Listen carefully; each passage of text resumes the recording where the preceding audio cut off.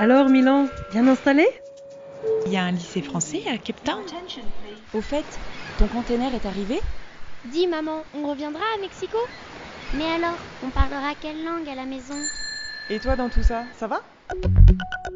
Bienvenue dans L'expatriation au féminin, le podcast qui nous relie à travers le monde, avec le soutien de la Caisse des Français de l'étranger.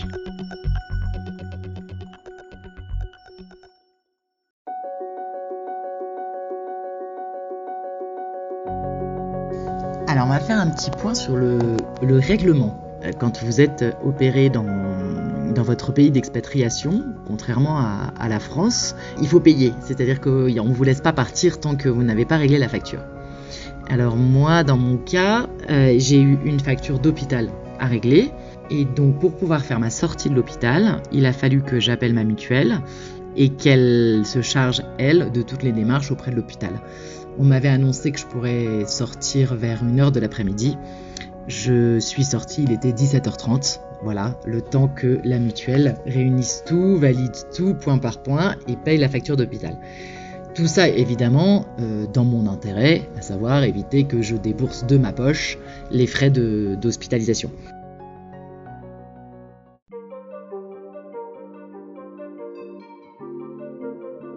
Dans cet épisode, nous allons parler de votre protection sociale, celle à laquelle nous ne pensons presque pas lorsque nous vivons en France, celle qui nous assure que nous serons pris en charge à l'hôpital en cas d'urgence, qui veille à ce que chacun ait un filet de sécurité pour ses vieux jours. Elle se fonde sur les principes de solidarité et d'égalité. Or, hors d'Europe, la protection sociale pour tous est très rare, voire inexistante. Elle peut vite se montrer exorbitante. Si vous partez en expatriation sans vous occuper de votre assurance santé ou de votre retraite, vous allez au-devant de potentiels problèmes de prise en charge et de soucis financiers.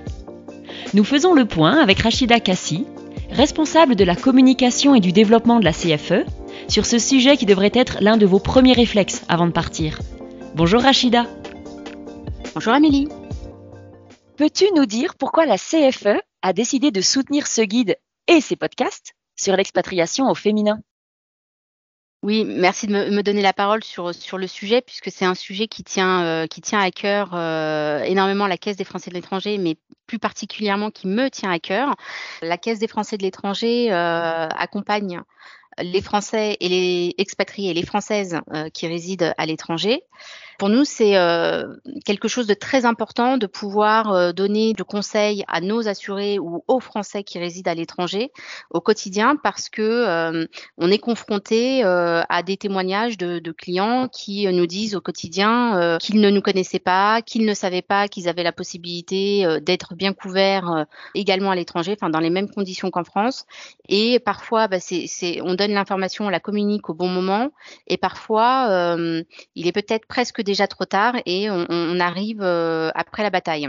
Donc c'est très important et c'est un peu le fruit de notre partenariat avec Expat Communication et surtout Femmes Expat, de pouvoir travailler sur des contenus comme cela pour préparer nos assurés, enfin en tout cas les Français de l'étranger, à toutes les situations possibles. C'est aussi très important pour moi à titre personnel, parce que je suis une femme et que j'ai été expatriée aussi, et que j'ai fait partie finalement sans le savoir de ces personnes qui pensaient être bien préparées, donc avoir été chercher de l'information dans tous les sens pour préparer mon projet d'expatriation.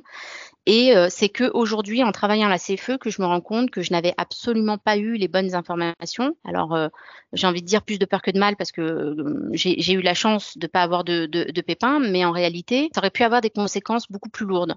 Par exemple, sur la santé, je me rappelle à l'époque avoir été me renseigner auprès de la CPAM de mon lieu de résidence, qui m'avait dit, donc j'étais expatriée dans un pays européen, qui m'avait dit de juste souscrire à la carte d'assurance européenne, et qu'avec ça, j'étais couvert. Et en fait, absolument pas. Ce qu'on ne m'a pas dit, c'était qu'on était couvert que sur les soins d'urgence. Donc, heureusement, j'ai pas été malade. Je ne peux m'empêcher de me dire que ce serait-il passé si j'avais été malade. Pareil sur la retraite. Du coup, j'ai absolument pas cotisé. Pourtant, j'ai travaillé à l'étranger, donc j'ai absolument pas cotisé sur cette période-là. Donc aujourd'hui, j'ai quelques années de trou. Alors, pas énormissime, mais quelques années de trou dans ma carrière. Pourrais-tu nous dire ce que c'est la CFE, les grands principes et à qui ça s'adresse ? Alors la CFE, la Caisse des Français de l'étranger, je ne sais pas si on doit encore la présenter, mais son nom parle de lui-même.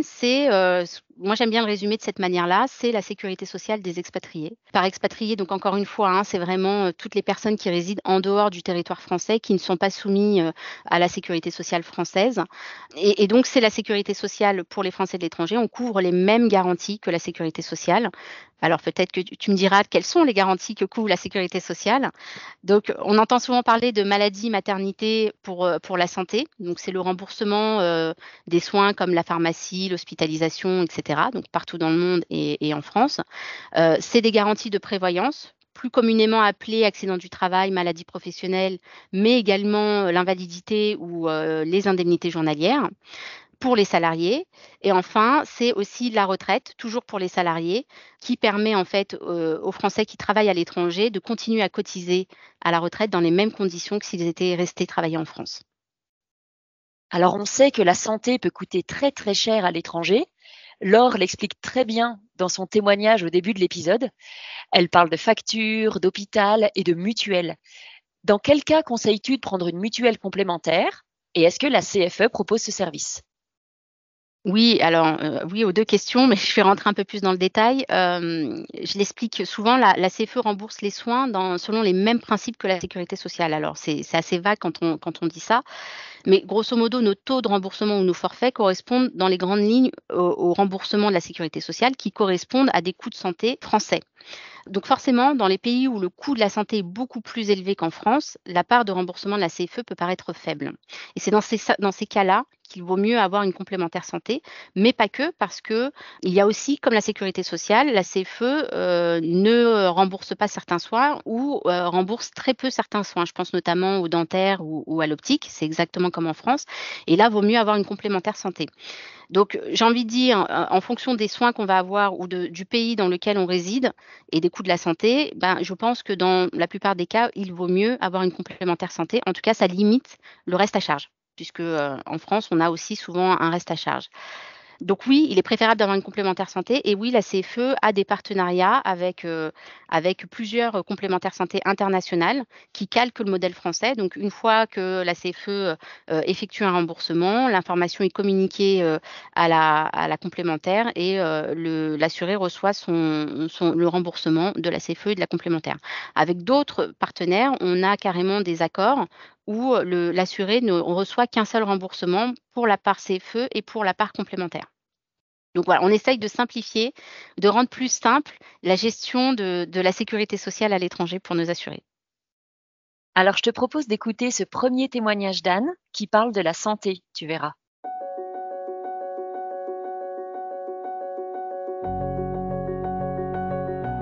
Si tu me parles d'un suivi gynécologique, s'il n'y a pas de problème, si c'est juste une fois par an pour un check-up, non.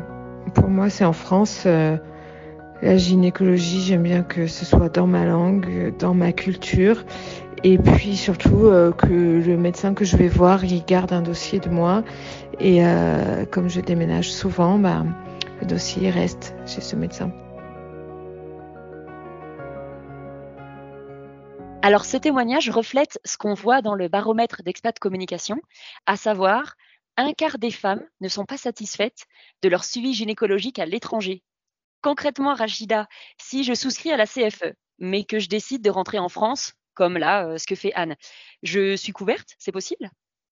Oui, et la CFE, dans quasiment tous les produits qu'on propose en termes de santé, on couvre également les soins en France. Lors de leur retour en France, dans le cadre de séjours temporaires, de pouvoir se faire soigner, soit auprès de leurs médecins qu'ils connaissent, soit auprès de médecins tout court.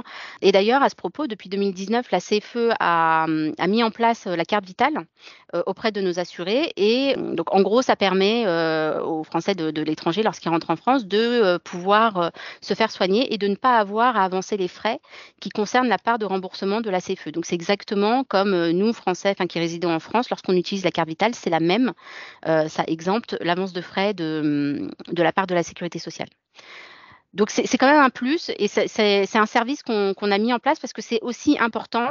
Ça rentre en fait dans le cadre du parcours de soins des Français de l'étranger.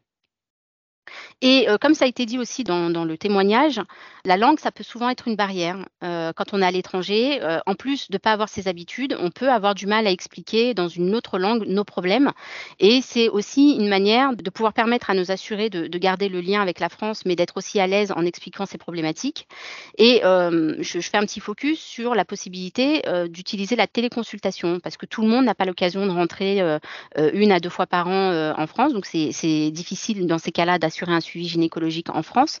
Il faut penser à la téléconsultation et la CFE rembourse, également la téléconsultation. L'avantage, c'est que, si le professionnel de santé est en France, la CFE remboursera dans les mêmes conditions qu'une consultation, physique. Et si notre situation évolue? Je te donne un exemple. Moi, je suis partie conjointe d'un expatrié, mais j'ai envie de finalement travailler sur place, donc je vais avoir un contrat local, etc. Que devient ma protection? Alors, j'ai envie de dire, ça dépend à quelle garantie tu as souscrit. Si on parle de la santé, donc maladie, maternité, bah, il y a pas de comme on n'a pas d'exclusion, de personne ni de statut, en gros, la couverture, elle s'adresse et c'est le même tarif et c'est les mêmes garanties qu'on soit salarié, indépendant, retraité, inactif. Encore une fois, on n'a pas d'exclusion, on n'a pas de limite d'âge, on n'a pas de barrière à l'entrée. Par exemple, on n'a pas de questionnaire médical, donc ça ne change rien. En fait, ta situation, si elle change, ça ne changera rien pour la garantie, santé.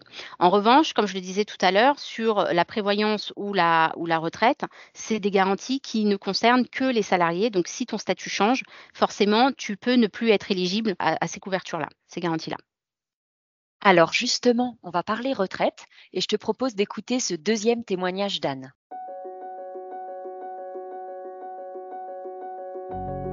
Quand un nouveau déménagement à l'étranger s'est profilé, les conditions d'expatriation de l'entreprise avaient changé, notamment au regard de la prise en charge de la cotisation retraite du conjoint.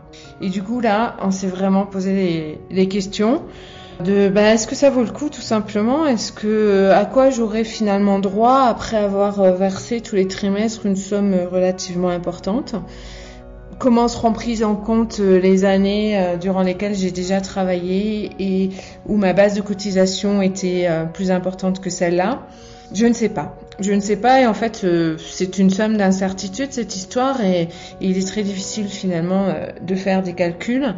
Et puis après, j'ai pensé à moi, à tout ce que j'ai déjà laissé tomber pour vivre cette fabuleuse aventure de l'expatriation.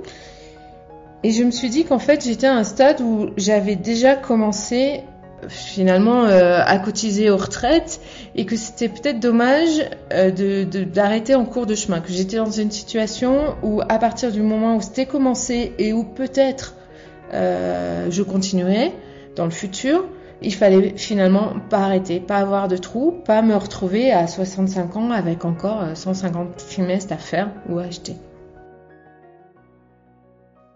Que penses-tu de ce témoignage?